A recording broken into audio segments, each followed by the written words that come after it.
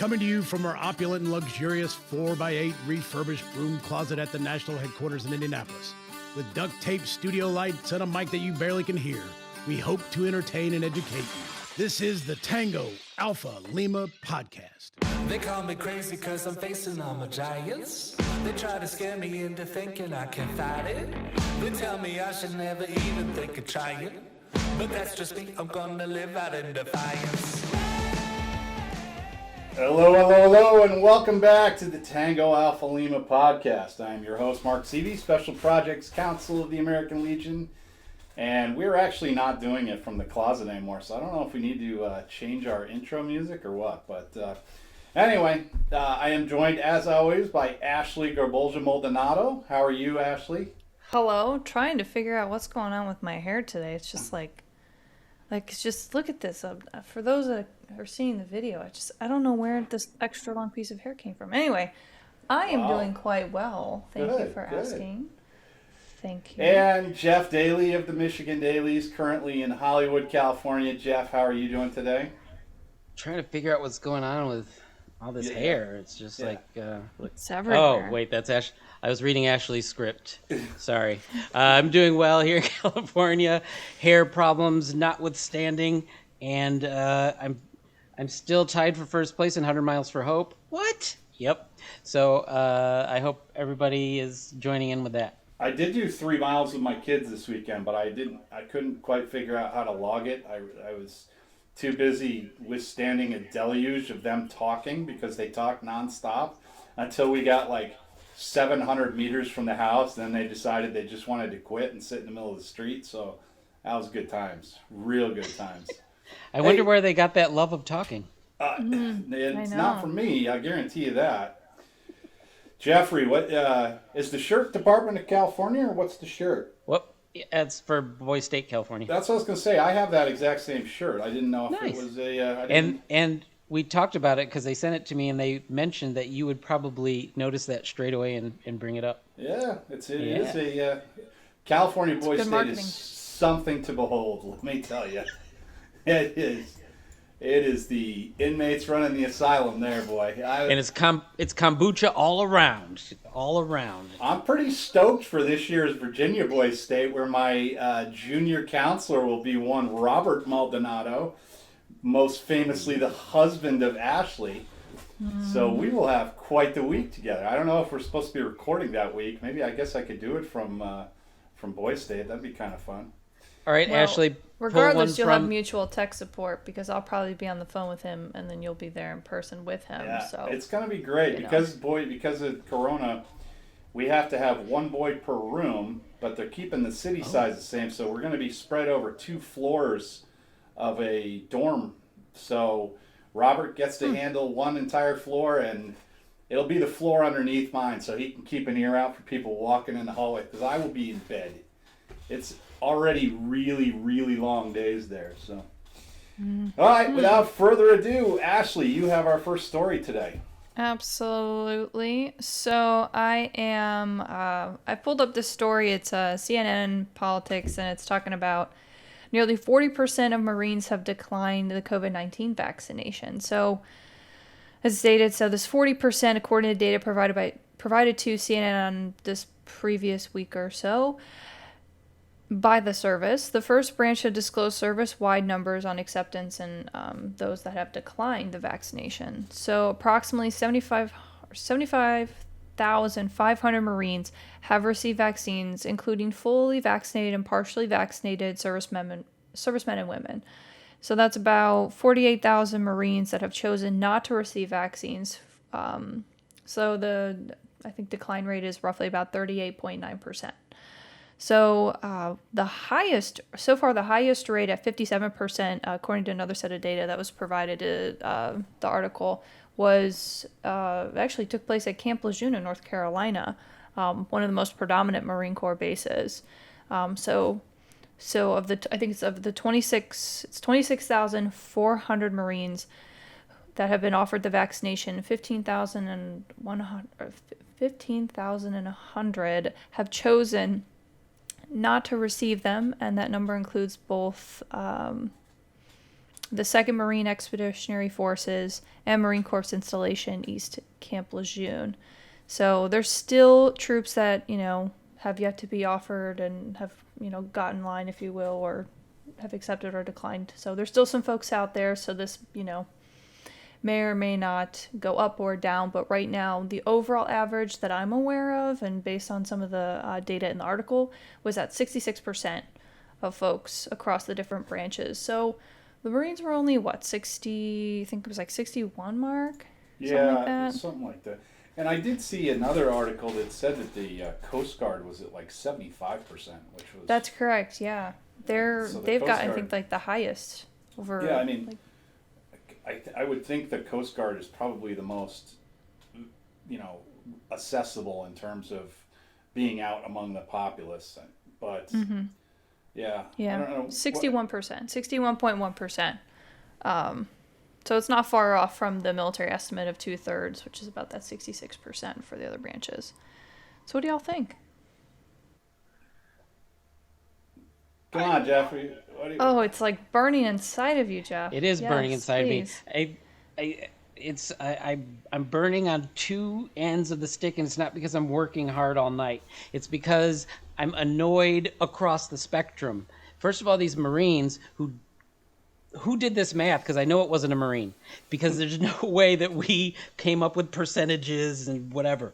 And second of all, I know that they got stuck so many times and have zero idea what was going in their body. And now all of a sudden, because this thing has been politicized, all of a sudden, because the proliferation of guy in his mom's basement thinks he knows stuff.com blogs are telling people that this thing, it's unapproved. We don't know what's in it. Bill Gates is chipping us, and everybody is freaking out about what they don't know about, and it drives me crazy. Then on the other side, I'm a little bit worried about, and this is very California, the people, and it's not, if they come over to the left side of the country and go to Pendleton, you're going to hear the whole, what do you call it? Essential oils are all you need to fix anything. We don't need to do any of this. If we meditate and rub some lavender on our lip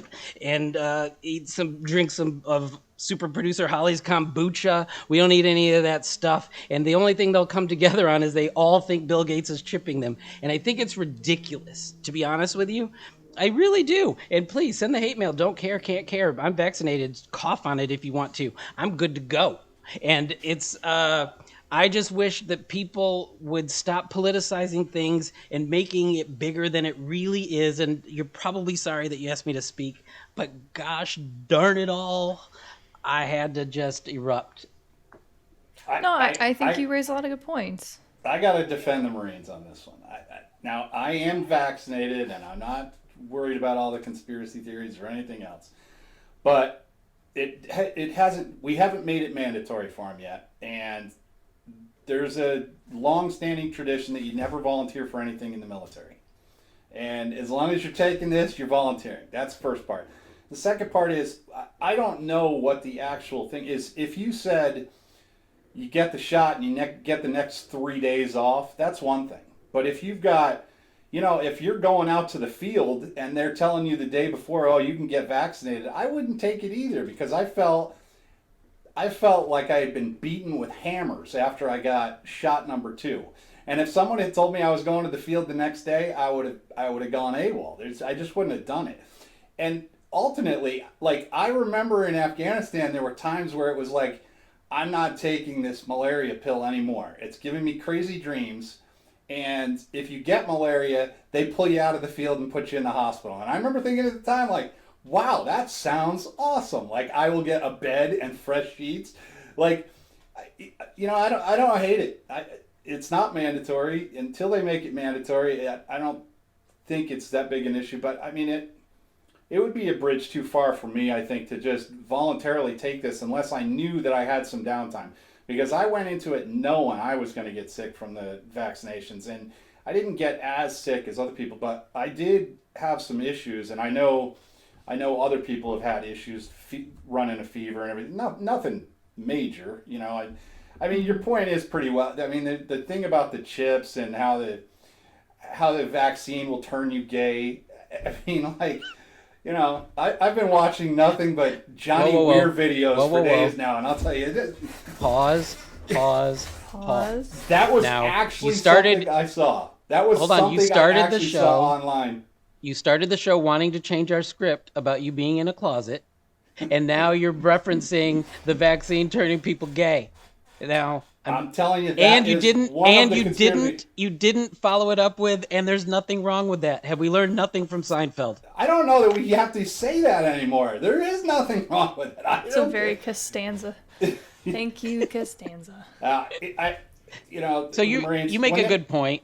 When that, they make it we need some mandatory, context. When they make it Disinformation mandatory, and vaccine skepticism are running amok, okay? And I'm picking up what you're putting down on both ends, right? Like, if I were told, yeah, I got to go in the field and I got to take shot number 2, listen, I have not got shot number 2, I've got shot number 1.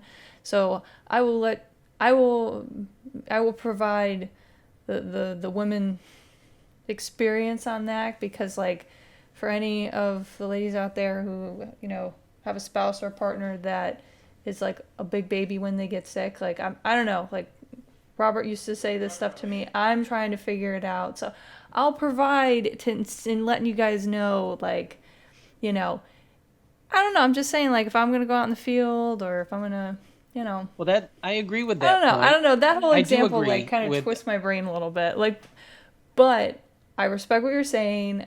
I understand there's a lot of skepticism out there. I understand that it's what is it? It's an emergency authorization. Emergency authorization from the Food and Drug Administration, and that we've understood that it's been over politicized. I mean, it should never have been politicized. It was, and it's influencing service members opting out of getting vaccinated, right? As you said, Mark, like, and Jeff, at different times, various episodes, right? Like, when we line up and we, you know, are going to serve, you know, they just put all kinds of vaccinations and stuff in, and we don't ask a whole lot of questions. But because of the nature of the beast here, service members are opting out, and the Marines are opting out with a little bit of a differentiation compared to the rest of the service branches. Will that change? Maybe. well, I mean, it'll change when they make it mandatory and they tell them, if you don't get it, you're going to get a general discharge under honorable circumstances. Then I'm guessing you'll see a lot of dudes doing it, but I don't Definitely hate on it. extreme, but which is sure. their right now, because in the military, the DoD language, emergency authorization is still treated the same as experimental. So correct, they don't force, you know, from obvious reasons in history, they aren't putting anything experimental in people. Yeah, and that's where my issue comes from. The Tuskegee experiments and everything else. It's not as if the U.S. government doesn't have a history of trying things on soldiers, and Marines do tend to be fairly libertarian in their outlook on life. Really? That's really cool. Here's the different. difference. Here's the difference between Tuskegee, though. This isn't in secret. 1. Number 2, it's not just military. In fact, they weren't even first in line. So the whole lab rat mentality is false. It's just a false narrative. I'm not disagreeing with you. I agree with you that we need some more context with this data. Like, is it, I don't want to do it because I'm going to the field and don't want to be sick during the field, like you said? Or is it somebody in DC who wears dress blues every day and just is like, nah, I'm good? It's different, but we'll see. And it will eventually get to the point where it will be technically approved. And then once it's approved, I think the writing's on the wall. So they're just delaying the inevitable. Yeah, they are. But, if I was in a unit that was out in the field doing stuff all the time, I'd just be like, you know what, screw it. If I get corona, they have to seclude me for 2 weeks with pay, I'll do it. I'm just telling you, that would have been my mentality. Like, you couldn't be by yourself for 2 weeks. I wish I could. As long as he's got his Batman mask, he'll be all right. Yeah, well, Batman there's going to be forever. some screaming when my son realizes he doesn't have it in bed with him. All right, let's take our quick commercial break here, and we will be back with you in just a second. Delete. 100 Miles for Hope is back, and we're taking it to the next level. This year, you could choose over 40 different activities and track your progress on a handy mobile app. We have sweet swag to commemorate your journey, including tech shirts, baseball caps, hoodies, pins, patches, and challenge coins. All proceeds from these purchases support veterans and military families through the Veterans and Children Foundation. Head to legion.org/100 miles to get started. All right, and we are back with topic 2 from Mr. Daly. All right, you gave me a tough one this week because you're giving me a story written by Jeff Stouffer, and we only have one episode. So so from one Jeff to the other, here we go. This story it's multi-level, and I'm just going to read his first paragraph. Major General Edward Ned Buxton Jr. of Rhode Island was the beloved commanding officer, future Medal of Honor recipient Alvin York in the 328th Infantry Regiment, 82nd Division during World War I. Buxton had famously counseled York, then a private, training at Camp Gordon, Georgia, about his Christian reluctance to take another life, even in wartime combat. Now, after this, Buxton sent York home. 10 days, leave. Figure your stuff out. He thought he would become a conscientious objector, and oh no, nothing could be further from the truth. He came back bolstered with his commonality with his commander over their faith, and went into war and became a legend. You can see it in the movie, Sergeant York. I won't read all of this. Jeff goes into great detail, and I think the story will be in the show notes. But I will say, after the war, Lieutenant Colonel Buxton, the commanding officer, he worked in the textile industry and continued his dedication by joining the American Legion and Boy Scouts. I should point out that Buxton was one of the founders of the American Legion. So kudos to you for that. Thank you, because we wouldn't be here without you, sir. Peace. Are you saying, though, that Jeff Stouffer is loquacious? I'm a Marine. I would never say such a thing. I mean, there's very few 3-syllable words I'm going to use, and that's definitely not. And with a Q, I would only use a Q in Scrabble. That's it. That's the only time I'm using a Q. Triple letter word. You've never been in a 15-minute meeting that went 4 hours unless you've been on with Jeff Stouffer. We are not here to rip on Jeff Stouffer. No. Well, see, the thing is, we just did that thing where we had to say what our favorite podcast was, and I said Jeff, and I sincerely meant it. I love talking to Jeff because he knows all these little stories about the Legion, but hoofa.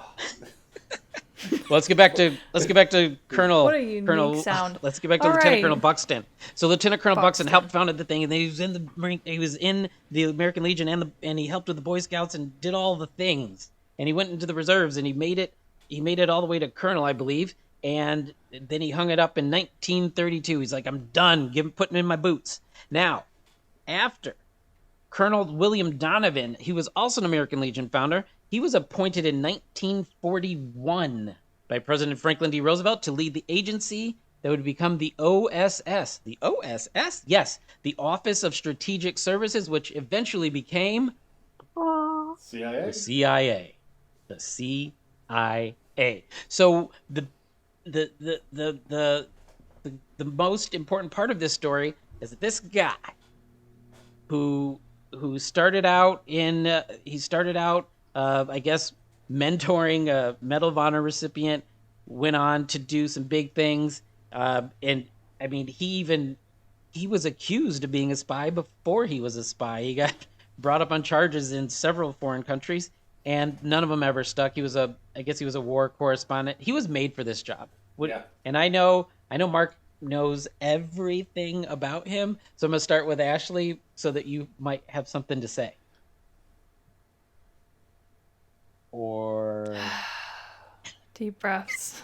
I can just see the angst in Mark's face for those watching the video. He's like, yes, I have so much. No, actually, the only thing I was going to add to all this is the reason I know so much about the CIA is because I'm watching Chuck nonstop, which is a TV show from 15 years ago, but I cannot stop watching it. Greatest TV show ever, by the way. You say that now, but we have a second season of Space Force. Coming. We do have that coming. We do have that. That will be fun. But overall, my take on this story is just how interwoven one's life, passions, and career will take them. I mean, just looking at the way that Jeff composed the piece, I mean, I think it's incredibly wild to be accused of being espionage. Hey, we've all interviewed a double agent, so I think that's pretty cool, right? Yeah. So to read about someone who's just larger than life, and then realize that there's, just the origin story is awesome, and I know we're all like superhero fans on the show, but to see kind of the roots of the American Legion from the perspective of someone is, I think, it's just really powerful. I love how all this stuff was done back then, where like this guy everyone thought he was a spy, so they made him a spy. And I was reading about like the founder of the SAS had like gotten disciplined like 4 times before they're like, hey, we're going to do this really crazy thing where we're going to drop people behind enemy lines and you're going to have dune buggies. And he's like, yeah, I'm all in. And it's like, dude, you don't show up for formation now. And he's like, it's because it's not fun. And then he started doing this stuff. And then I read about other guys that like there was one British guy that he just took a bunch of elephants and started going through Burma with carrying huge guns on their backs, and like there was like 300 of them, and they invaded China. And it's like, what are you doing? Like, I love these stories about these crazy guys. Like, it's just wild, and to think about what they tried to pull off, Lawrence of Arabia type stuff. It's always this stuff is the stuff of movies, and I would be remiss if I didn't give the old 43 a shout out. The story was not about Sergeant York, but the movie Sergeant York did play at the Turner Classic Film Festival in the venue, the Hollywood Legion Theater at Hollywood Post 43 of the American Legion Department of California, Area 6, District 24. I got all my shout outs there. I never have to buy a drink in California ever again. I was about to say, I knew your shout out today was not going to be for 43, so I was very concerned. Very concerned that they weren't going to get publicity. He's a good plugger.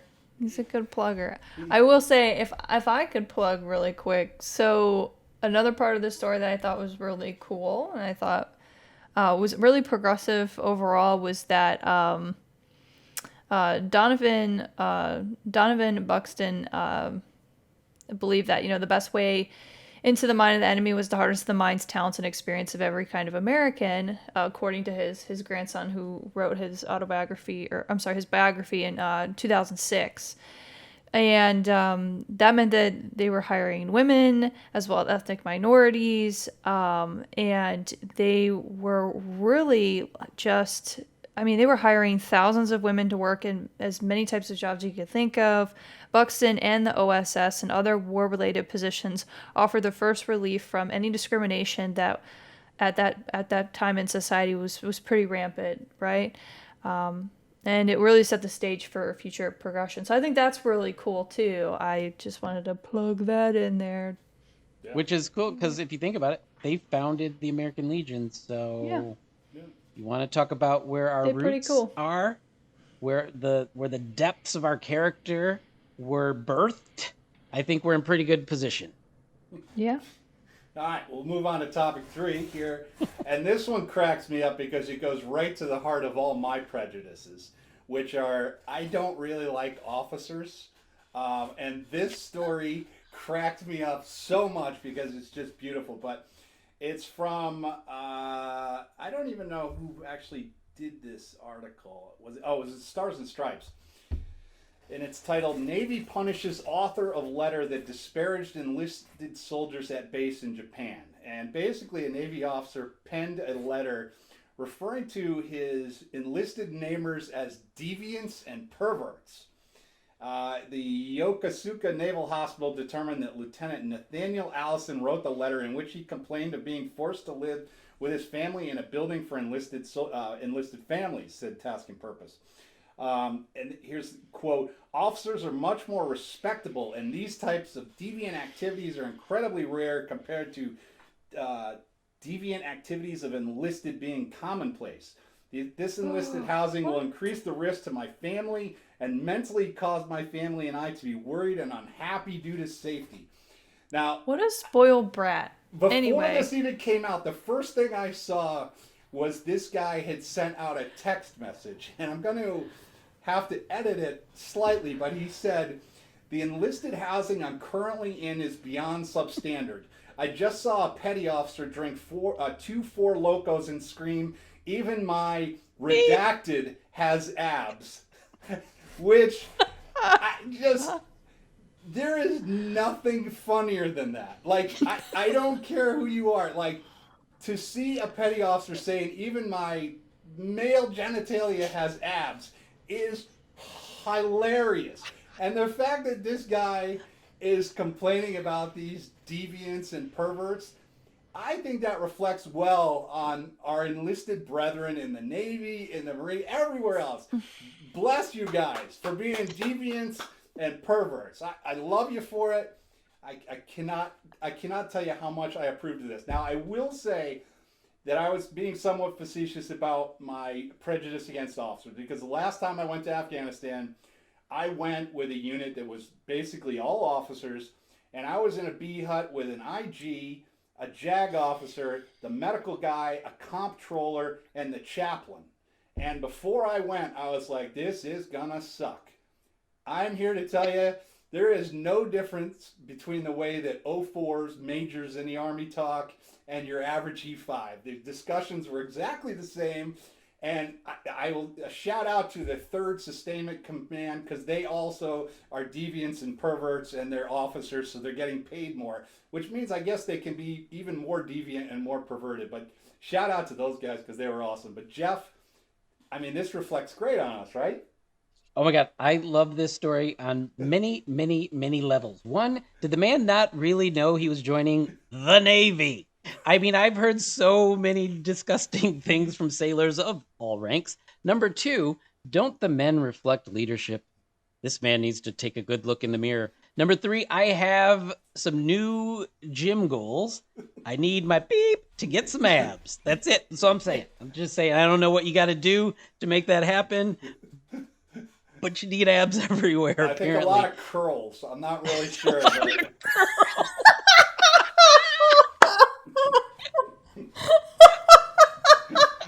I also. I'm gonna beat them up. Oh, this guy wouldn't. I'm guessing he's not listening to our show, because if he was listening to our show, he would get some hate mail for sure. But how do you lead people? And he's not super high ranked, was he? I didn't see his rank. He's a lieutenant. He's a lieutenant. Well, that's a captain. That's a captain for us. That's a captain. Still Okay. insane. He's an 03. So most of the people he's going to lead are going to be enlisted people. Right. And I think there's a disconnect. Total disconnect. Like that. It just makes me angry, because it's like, you're not better. You're not better. Let's hold on. Let me collect my thoughts. I'm still trying to get weird images out of my head and just randomness. Well, that's. Oh, go ahead. Sorry. No. I really believe that this guy needs to, like, the pedestal needs to be kicked a bit, because, like, you can't be passing judgment on like that. Like, your troops will look up to you, and if you look down at them, like, they're gonna be like, bye. Like, you know what I mean? Like, if you can't relate to your soldiers, and Mark, you said it beautifully, sailors, right? Like, sailors, excuse me. Sorry, it's the Army. I'm so sorry. But in all actuality, like, if you cannot, relate to the people you're going to lead, you're going to have a lot of troubles. And you're going to just be like, you got to know how to work with people, not against them. And, like, this entire dialogue does not sound like this person. Like, maybe there was an incident. Maybe there's an incident we're not aware of, right? Like, let's look at it from the other perspective, right? Maybe something happened, right, that isn't being reported, right? That this guy experienced, I don't know, maybe he's got a disposition. Who knows, right? Like, Ashley? okay, fine. Here's the Yeah. incident. I'm going to break it down for you. Somebody drank Four Loko and said, I got Jersey Shores all up in my drawers.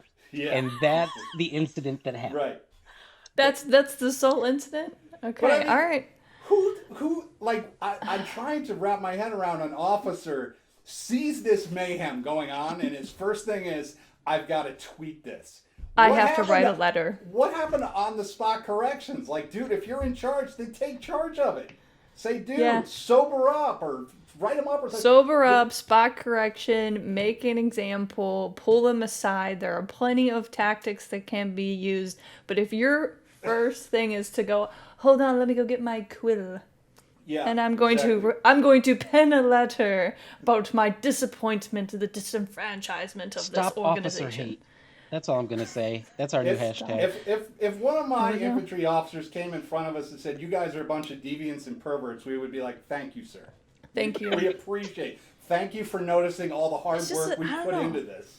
Like, Just a different mindset. I don't know. Like, coming from the Insane. enlisted side, like, I just... Listen, if you really think, if you are that detached, you need to take a long yeah, walk. this is not the Peace Corps, bro. You are in the wrong Yeah. place.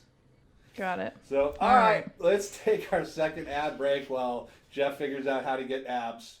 And we will be back in 30 seconds. Delete. The American Legion is Veterans Strengthen America. We're in your community, supporting veterans, service members, and their families, enriching the lives of young people and promoting citizenship and patriotism. Our members are passionate about these core values. Help strengthen America by joining the American Legion today. For more information, go to legion.org/join. All right, we are back, and we're about to go to the rapid fire, which will be rapider than usual, hopefully, because we've got two that are kind of related. The first one is that the White House has announced here in the story from the Washington Examiner, the White House announced that all troops will be pulled out by September 11th. There's currently about 2,500 soldiers left, and there's, I think, another 1,000 special operations forces there. But this article in the Washington Examiner, hawkish lawmakers and experts skeptical about full Afghanistan withdrawal decision. I mean, I can only be told so many times we're going to pull out, and we haven't. So skeptical seems like a good way. And then a second story from Stripes is Pentagon condemns Taliban attack on base housing. I mean, what do you make of this? Are we going to be out by September, and does it even matter at this point anymore? I don't know. I'm It's like a curious. constant. You know what really sticks out to me? The first thing that sticks out to me is a politician rescheduling a military operation based on the calendar being September 11th. Yeah. And I don't think that it was. I don't think it was changed to that date for any other reason You don't other think than they marked publicity. it all out and they're like, okay, it'll take us 24 hours to do this and 6 hours Yeah, to do this. Yeah. I that's troubling. The attacking the base housing aspect of this, I don't know that it's a surprise that a group that we know as the Taliban would wage their war in that kind of fashion. It also shows me if they were able to pull it off, maybe we don't need to leave and create a vacuum where they can take over and control an actual nation state. So those are things that I think we have to think about, and I really hope that we aren't just leaving for a great photo op and anniversary celebration of starting this victory. You know, I just hope that that's not the case. Yeah. Ashley, what do you got? I just want to clarify. You combined rapid fire 1 and 3, Yes. correct? Okay, all right. I'm trying to keep my story straight, but I know they're related in some. Yeah. I don't know. I look at these things, and I just, as you said, like the decision to bring troops home by September 11th. That was the first thing that caught my eye. I was like, I don't know. I just feel like we're in like a forever war, and it's just right as the 20th anniversary is going to be kicking up. People are going to be trying to like, I don't know. Forever war. I'm just confused what the Taliban was thinking. Like what Yeah, was I their? don't. Unless it's just a PR thing within. I mean, usually when you attack somebody, the U.S. is usually like, "Oh, no, you didn't." Like now we're gonna stick around. I mean, they Right. can't. I don't. The whole thing just seems a little manufactured to me. But I mean, it's disruptive. Yeah. As it quoted, like it says, we condemn the attack and we believe this decision to provoke even more violence remains disruptive. And this was Pentagon spokesman John Kirby, who said that, and he goes on to say, "I can't deliver a comprehensive analysis of what we believe they were trying to achieve or what message they were trying to send." Right? So it's like, yeah. really, and then it's just then you tack on the hawkish lawmakers and experts speculate about full Afghanistan withdrawal decision, and you take note of the day, you take note of like who's doing it, right? And I don't know, you could probably look up these folks and see what they have and have not voted for, all of the things that they were pro or con in past or with administration changes. I always think that's interesting, so when I see stuff like this, that's the first place I look. I mean, I thought we were supposed to be out by May 1st, but what do I know? Yeah. All right. So, second one. This is a startling story for me. I sent this to Jeff earlier in the week, and I just was like, "This is insane." VA staffer used medical records to stalk and harass female vet. Lawmakers demand reforms. This is from Military Times. Yeah. Basically, this woman called in to receive some sort of treatment, and the call center guy started talking to her. Then he looked her up on social media, and then he looked at all her medical records, and then he kept calling her and harassing her. Wrong. There's not a hole deep Terrible. enough for this guy, is there? Jeff, what do you got on this one? These things are, I mean, we could go on and on about how inappropriate and whatever, all of that.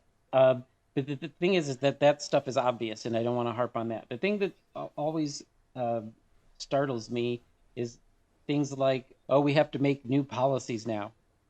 I'm pretty sure this was wrong to begin with.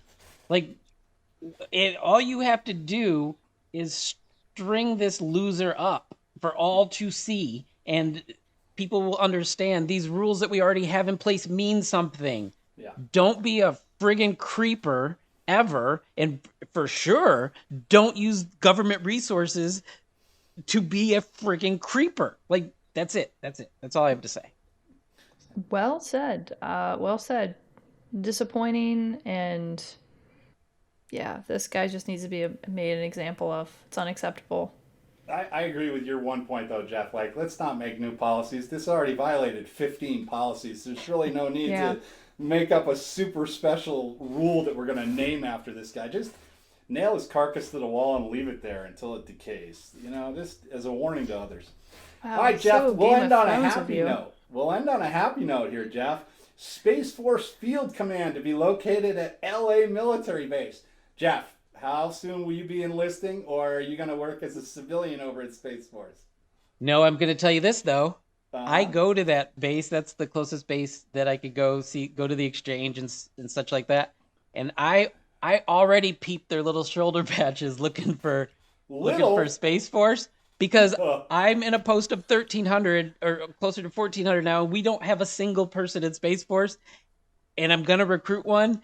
I mean, the last time I went there, the guy letting you in the gate, like, you check your ID and go on.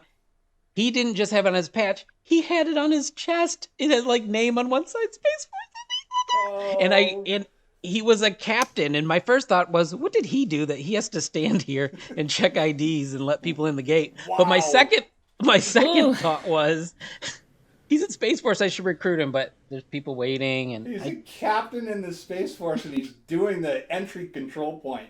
Not 100% great. ID check. Not great. Wow. Ashley, what do you? and I hope he doesn't recognize me for saying that about him.